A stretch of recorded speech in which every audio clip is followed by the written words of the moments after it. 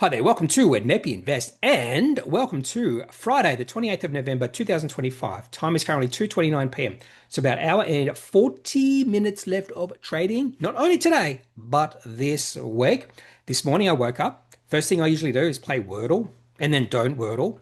And then I usually see what happened on Wall Street overnight. I did that this morning, fully knowing that it was Thanksgiving over there. And there is no trading on Thanksgiving.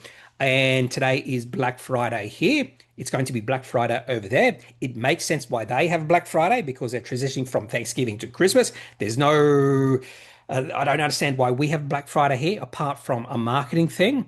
In fact, Boxing Day sales make way more sense to me. I have no intentions of buying anything today or on any sales unless I really need something. I'm not one of those people who just buys frivolously just because there's a sale on. It's stupid. It's being financially literate when you do that sort of thing. It's like what the government wants you to do. They want you to buy stuff you don't need, so you're always in this financial hole. You can't get yourself out of it. And that is why there's no financial education in schools, because the government wants you to spend because it helps them getting re-elected.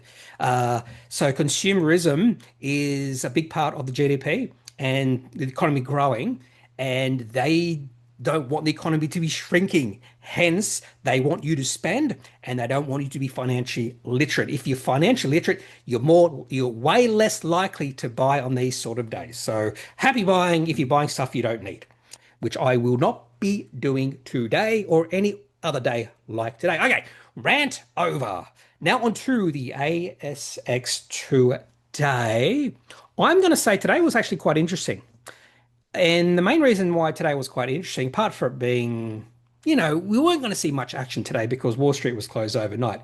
The main reason today was interesting is because two companies who actually made it into my top five and are in suspension released updates.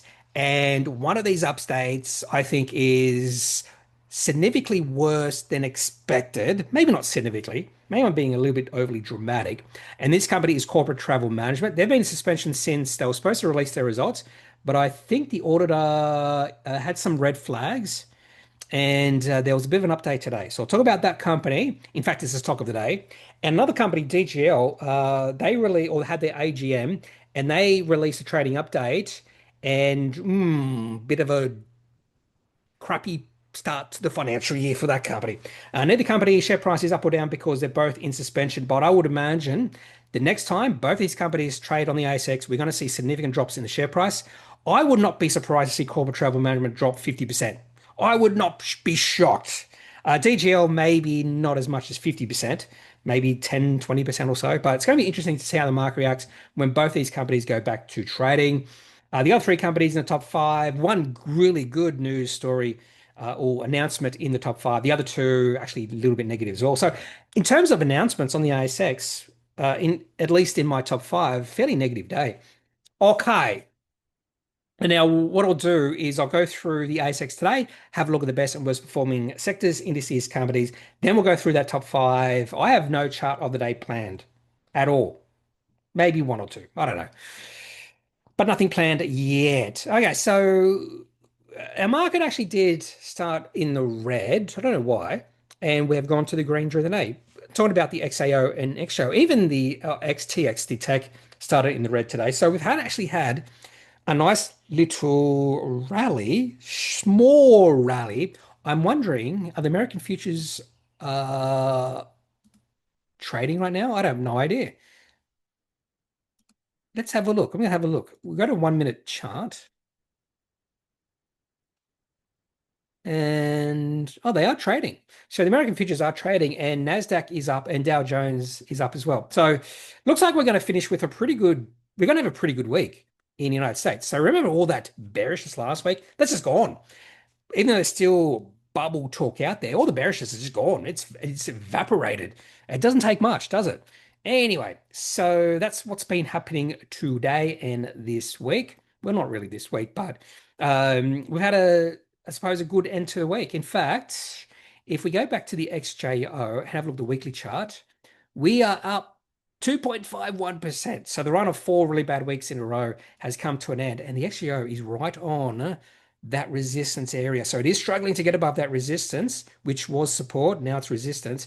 So just based off this, I wouldn't be surprised to see a little bit of weakness, but there was weakness on open today, and that weakness wasn't that strong. So I wouldn't be surprised to see us keep rallying here. Well, it all depends on the United States as well. Okay, so best performing sectors today, IT, another good day. Staples, don't know what's happening there. It's weird to see Staples up 1.56%. Materials, a good day as well, and a negative day, relatively speaking, for financials and real estate. But overall, a pretty good day. Gold up 1.89%. Small caps had a pretty good day, is having a pretty good day as well. And ASX 20 down 0.16%. And I think that's because of the banks. ASX 200 banks down 0.82%. I would not be surprised to see four of the five big banks down today. I'm going to say seven or eight companies. I'm going to say eight companies down, 12 up. Oh, there you go. So even though the ASX 20 is down, there's actually more companies up. So this little bit of sell-off in the ASX 20 is not abroad. It's confined to the financials, which is why if you just have a look how many companies or how the companies have performed, we've had a pretty good day. If we look at the worst performing companies here, we have ANZ, CBA, NAB, Transurban, Westpac, all down by over 0.48%. So again, something's led to a bit of a sell-off in the banks. Not surprising because sentiment definitely has shifted negative in that space. Best performing companies, Woolworths, which now we understand why Staples has had a good day. I'm wondering if that's because the market is now pretty bullish about the Australian economy and we're spending more. I have no idea. Well, maybe because the market is saying, hey, prices have gone up significantly in our supermarkets and they're probably price gouging and their margins have probably increased. And it's going to be a really good period for these supermarkets because they're making a massive profit. And maybe I am being a little bit cynical there, but I just don't understand how much the prices, why the prices have increased significantly in the past 2 or 3 months. A lot of products I buy are up 25 to 30% for no significant reason. Anyway, maybe I'm just being a little bit cynical in saying that, but sort of makes sense. Woolworths up 3.49%. I doubt they release anything.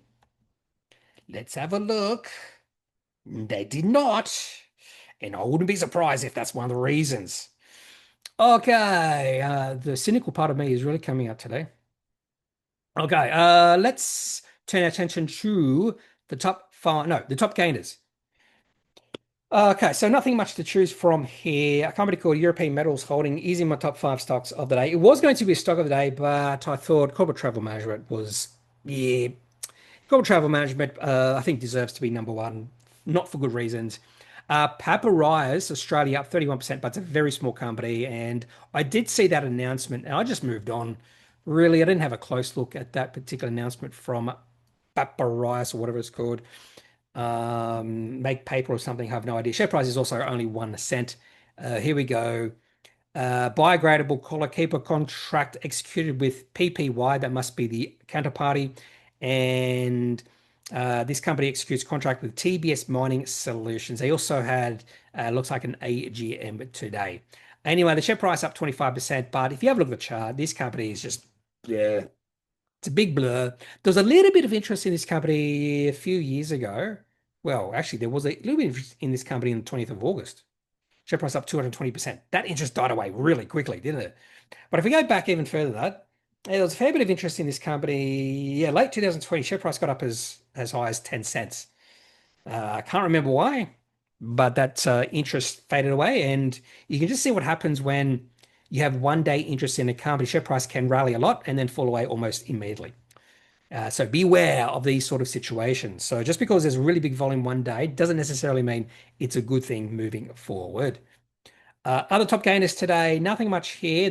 I did receive a few East Coast research and what's the other one? Next Investors put out some emails. So I wouldn't be surprised to see the share price of some of these companies up because of that. I forget who.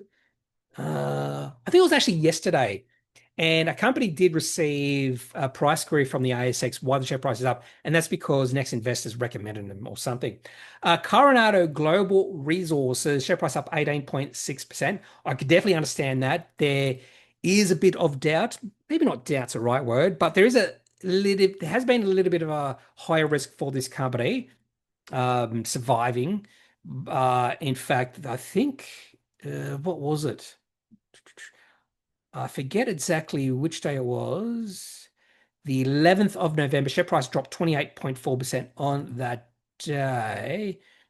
And oh, that's right. There was something in the SEC form from the auditor saying going concern or something.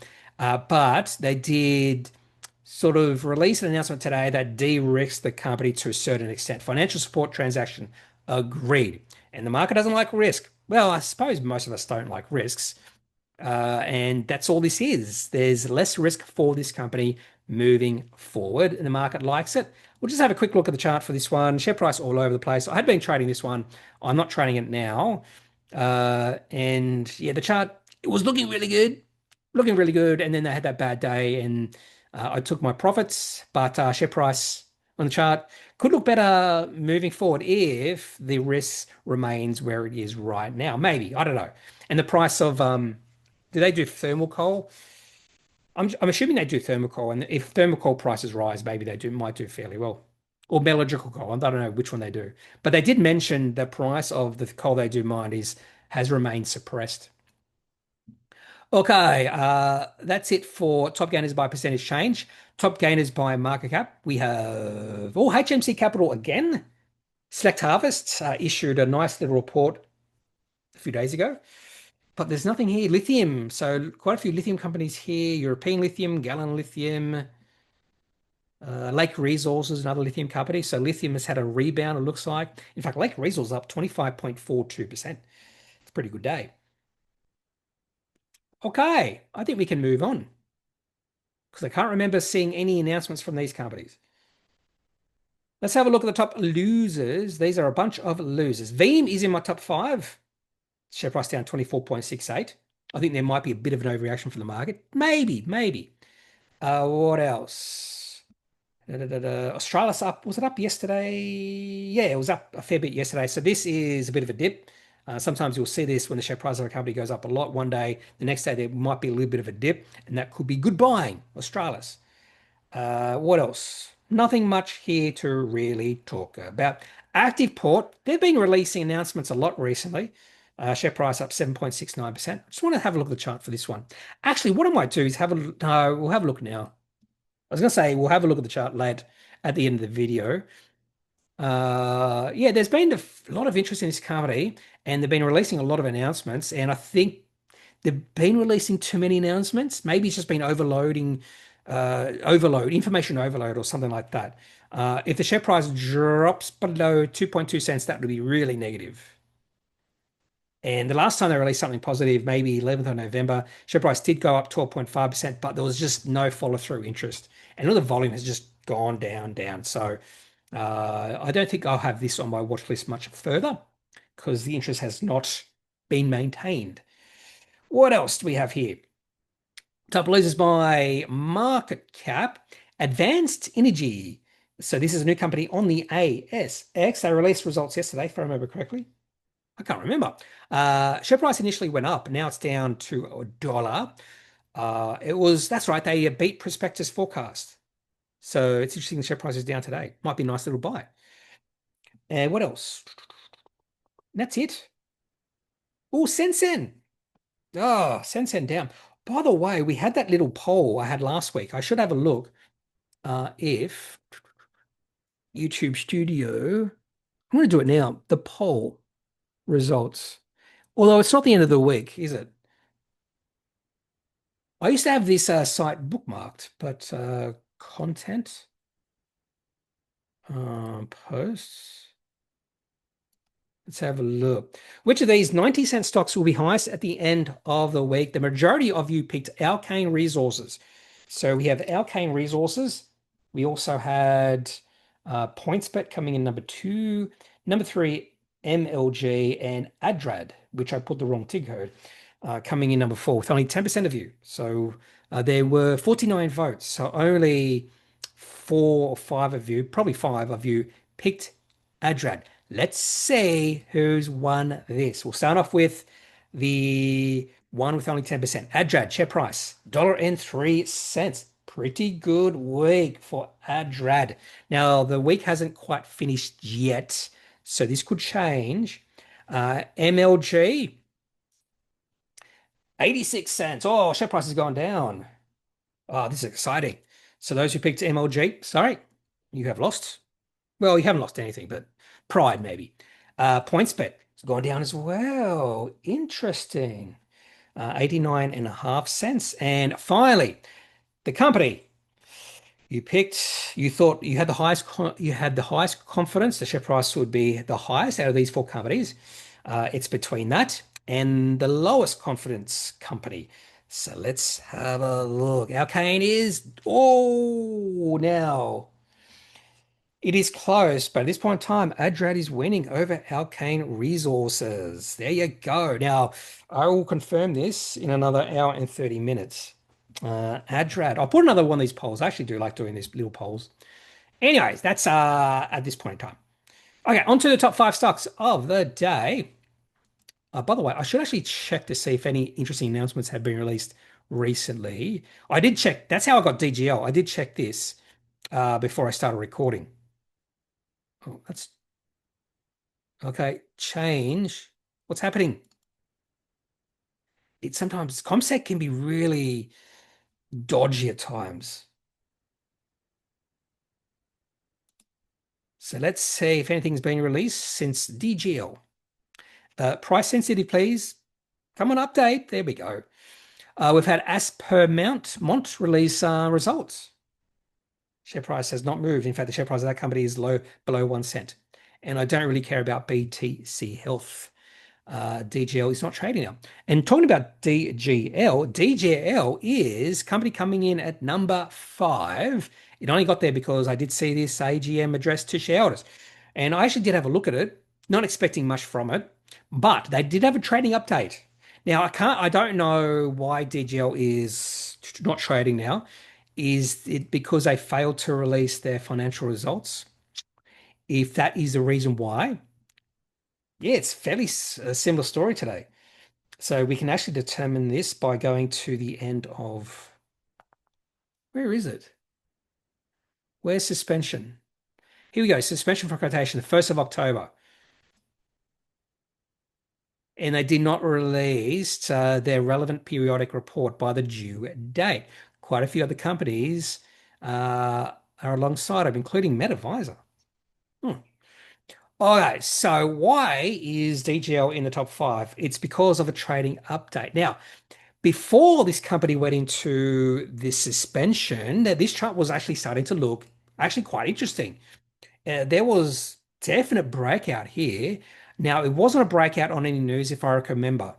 So this was towards the end of September, but this chart was looking really good. The only negative thing may be the lack of really good volume coming through, which is could be considered a telltale sign that there wasn't much strength with this potential breakout. You really want to see the volume coming through. Anyway, so they're being put into suspension. So if you want to get out, you can't, and if you want to buy the trade, you can't, and that's probably a good thing because they announced, update regarding path to reinstatement. I'm assuming, what did I read? It would have been the CEO's address to shareholders because it's price sensitive. I had a trading update here. Most of this, I don't really care. I don't care how they performed last year. It's all in the past. I only care about one thing when it comes to AGMs. That's a trading update. I don't care about voting. Meh. Trading update. Here it is, the outlook. Trading update and outlook for financial year 26. So I thought maybe things are moving in the right direction for DGL based off the chart. Maybe. But it doesn't look like that's happening because they start off with the first point, experienced a relatively slow start to financial year 26, was trading in the first 3 months below the same period last year in terms of revenue and profitability. An audited revenue year to date down 8% and EBITDA down 11%. Now, they remain positive on the outlook for the second half, but whenever I see companies skewing their results to the second half of the year, I am a little bit skeptical about that. Sometimes it makes sense, but sometimes I'm just saying or thinking they're being a little bit too positive, DGL's business is typically stronger in the second half. Well, they've just said it right there. Typically stronger in the second half of the year, which we expect will be the case this year. Not necessarily true. Um, it's not necessarily 100% true. It may not be stronger. We just don't know. Even if it's been like that in the past, we'll wait and see. But the thing is, revenue and EBITDA actually are below the previous corresponding period. That's not a good thing. It's not a good start to the financial year. So I would assume, based off this trading update, if the company shares were trading today, share price would have tanked. I wouldn't be surprised the share price dropped 10 to 20% because I don't think this was forecast. I could be wrong. Let's have a look. Let's see if I'm an idiot and go back. And I doubt they would have put any sort of I doubt they would have put any sort of results out. So this was it the annual report they forgot to put out? Because they do have results here, like presentation. Let's have a look. Here we go. Yeah, they put out results on 29th of August. So this must be the annual report they didn't put out.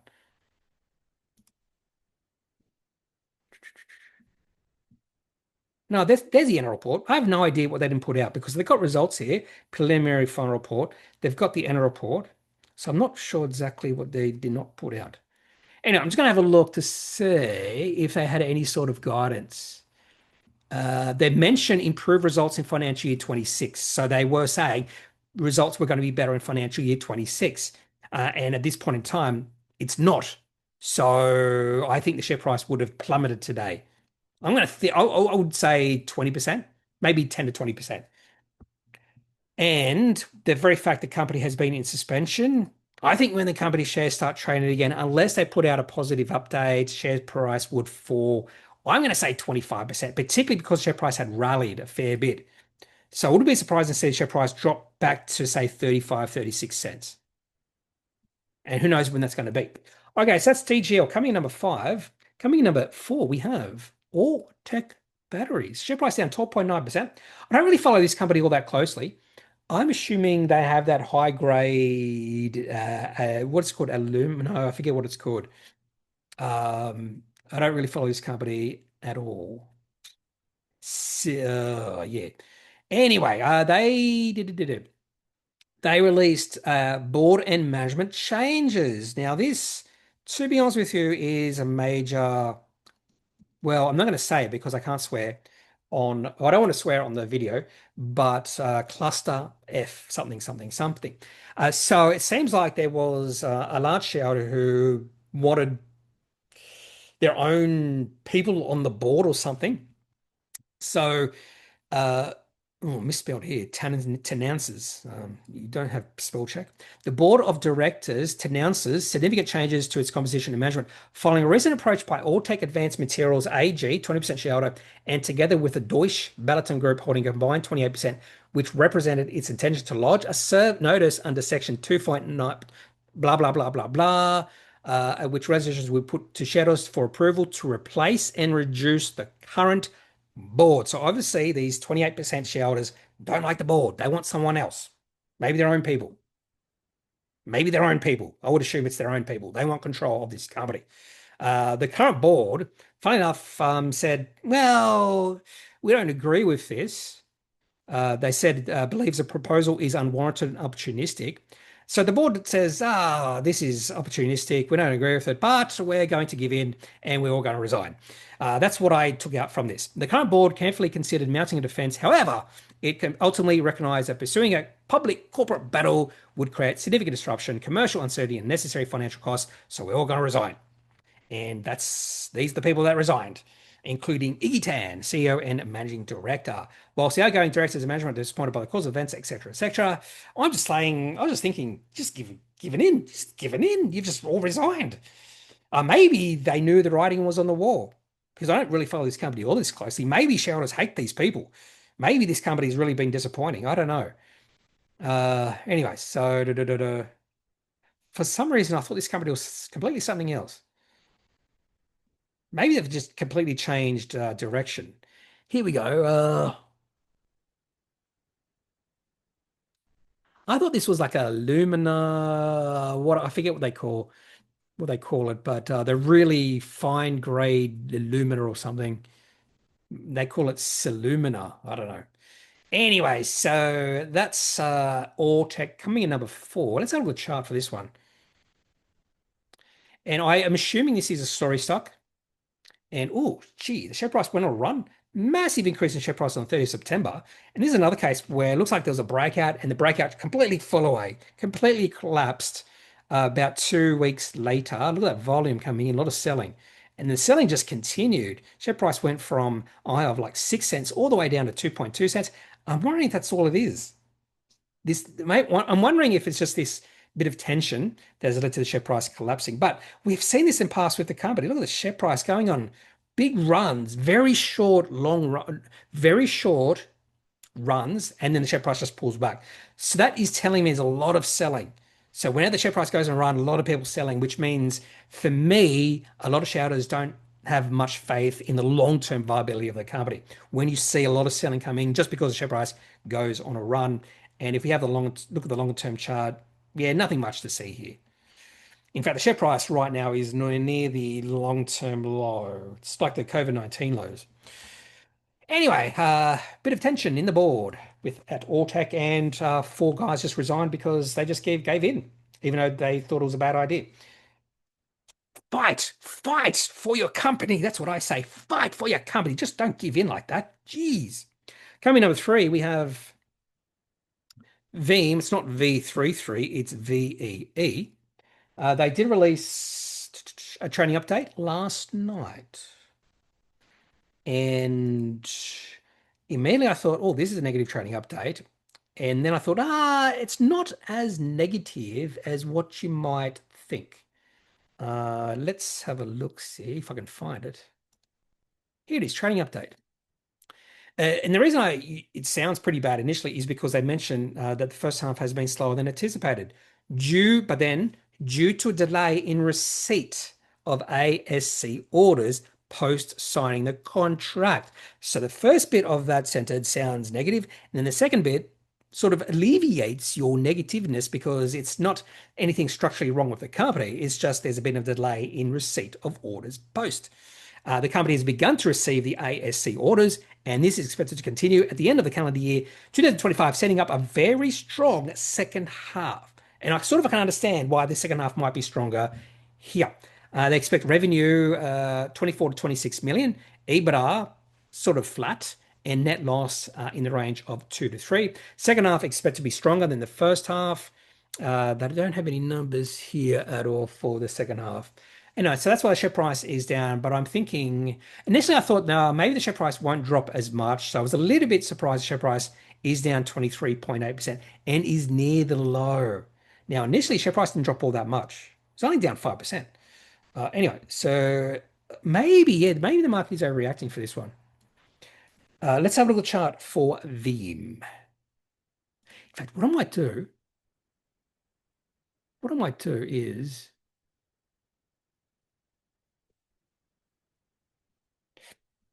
I'm going to put this into is the market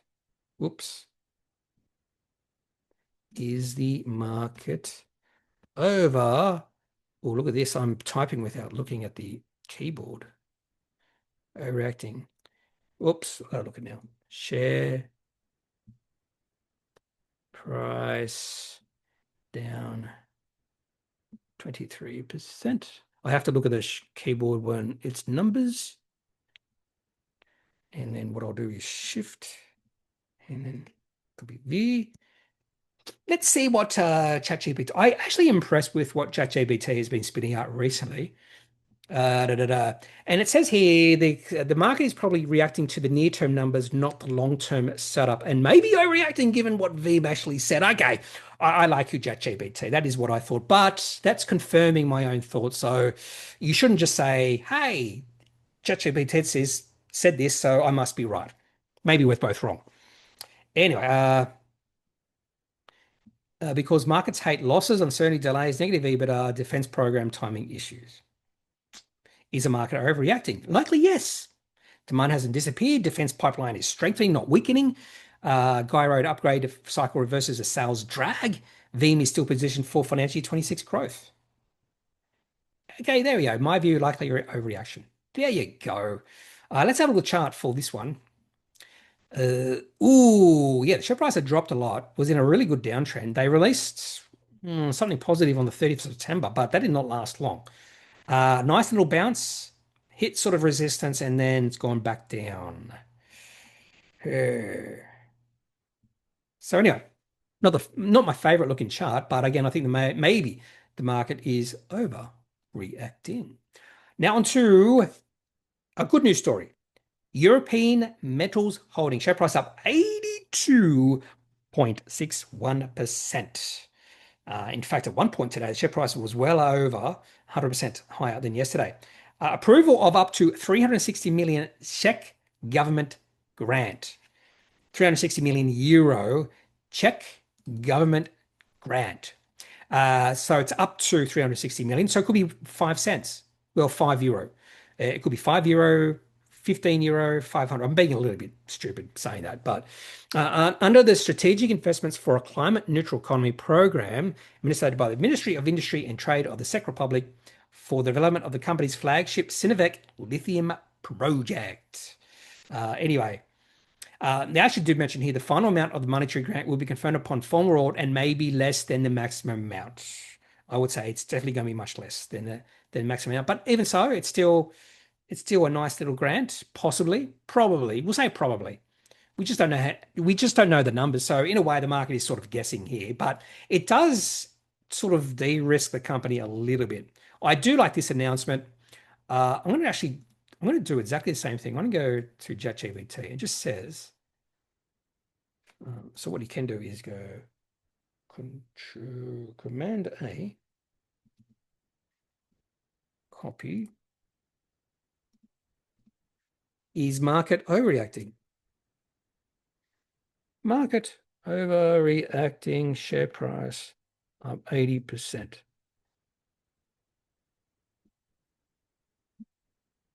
Let's see what ChatGPT. Yeah, the last Veem replied. You got to be careful here. Just because it agrees with you doesn't necessarily mean, yeah, you're both right. But that was my thoughts. And it's actually good to get verification from a source that maybe the market's overreacting. Here's the bottom line: an 80% jump in the company looks big, but it's not necessarily irrational given the scale, timing, and meaning of this announcement. This is a generally transform. I would actually change. This is potentially transformational because there's a chance. I just don't know how much money they are going to get. It could be huge, it could be very small, or much smaller than that. So yeah, that's what could the market still be overreacting? Yes. And they do say here 360 is a maximum. The final amount may be lower, probably will be lower. Full approval isn't final yet. Project still needs large remaining funding. Lithium prices remain volatile. The mine is not permitted finance or under construction, but it's a de-risking event, as they say here. Not the finish line, de-risking event. And I agree with that, de-risking. Okay, so let's have a look at the chart for this one. EMH. Did they change it to the company's name? Wait there. Do I have that right? Oh, I'm the wrong exchange.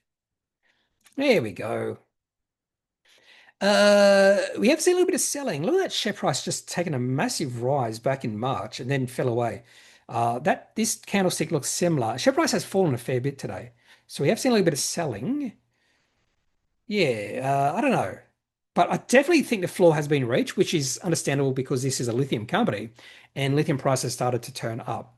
So this could be really good timing from the company. I don't know. Remains to be seen. Okay, and the stock of the day is corporate travel management. Share price is neither up nor down because they're in suspension. I haven't really been following this all too much. I am a shareholder of this one, by the way. So this is in my long-term portfolio. And I have been or had been umming and ahhing whether this company could be considered high quality because that's important. If I came to the conclusion, no, it's not really high quality, I probably would have sold. Well, I can't sell because they're in suspension. Now, they were put into a trading halt or suspension because they did not release their financial results. And I haven't really been closely looking at it, trying to understand why, because what's the point? Because they're in suspension.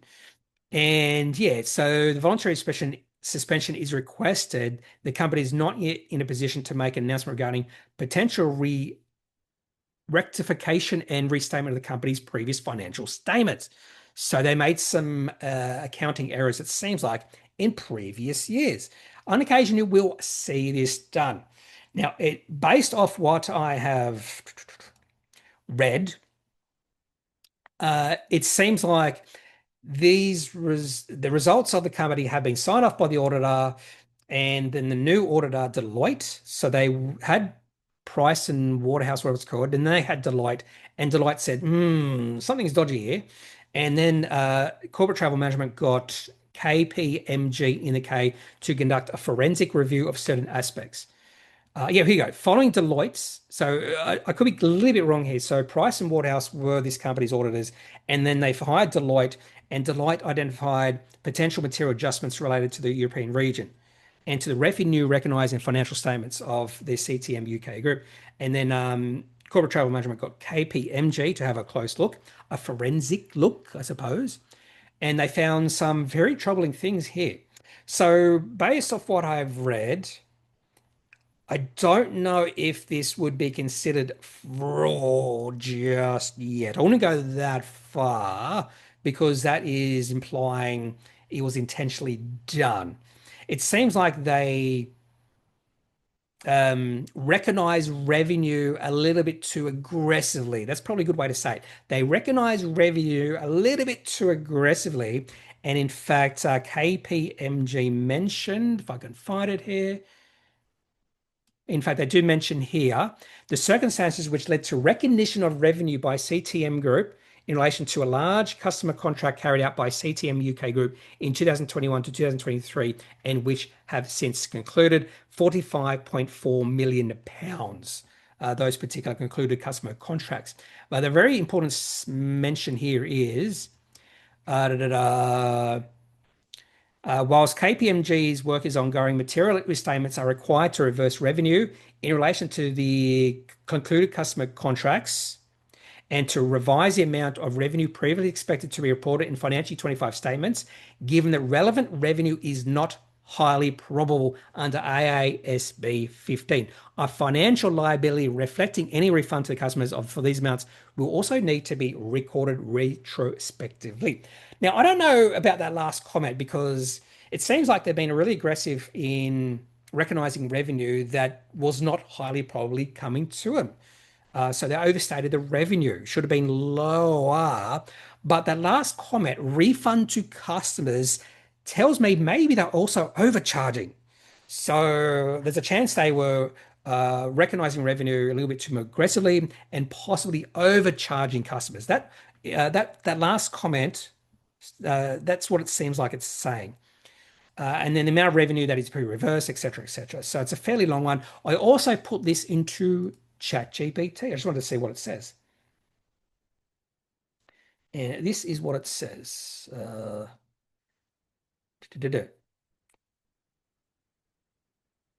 In fact, I've mentioned quite a bit of this. Revenue that should not have been recognized. Yep. Uh, must reverse that revenue, must recognize a financial liability for potential refunds to clients. That's the bit I'm just like trying to get my head around. If they're recognizing revenue that wasn't probably coming to them, why do they have to refund clients unless they're overcharging them? I don't know. I don't know. So that's something I just don't know about at this point in time. And it's a fairly big reversal, by the way. So we're talking about a fair bit of pounds, 77.6 million pounds.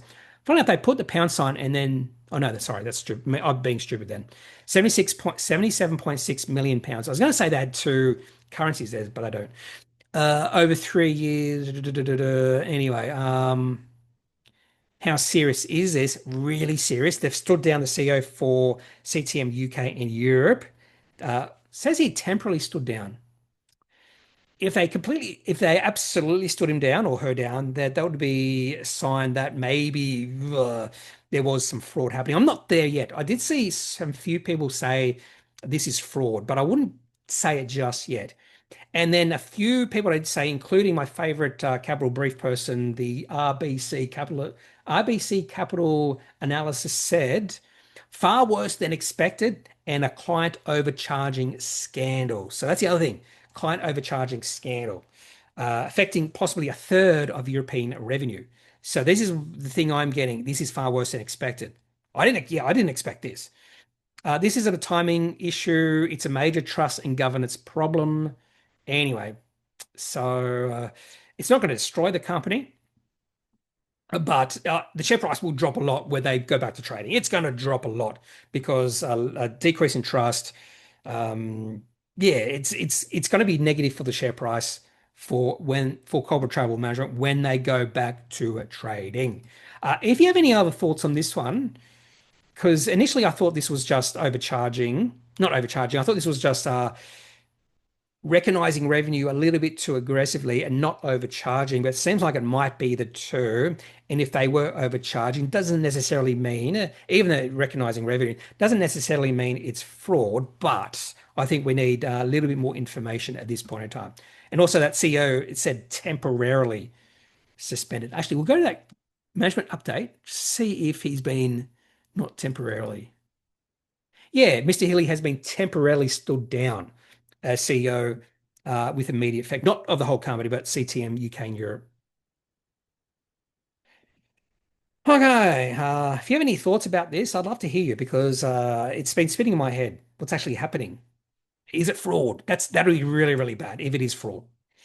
Okay, that's it for today's video. Got no chart I really want to show you. So if you have any questions, any thoughts, leave those in the comment section of this video. Otherwise, I'm not a financial advisor. If you need financial advice, make sure you seek out someone who is qualified and can speak to your own financial needs. That's it for this video. Have a good day. Bye.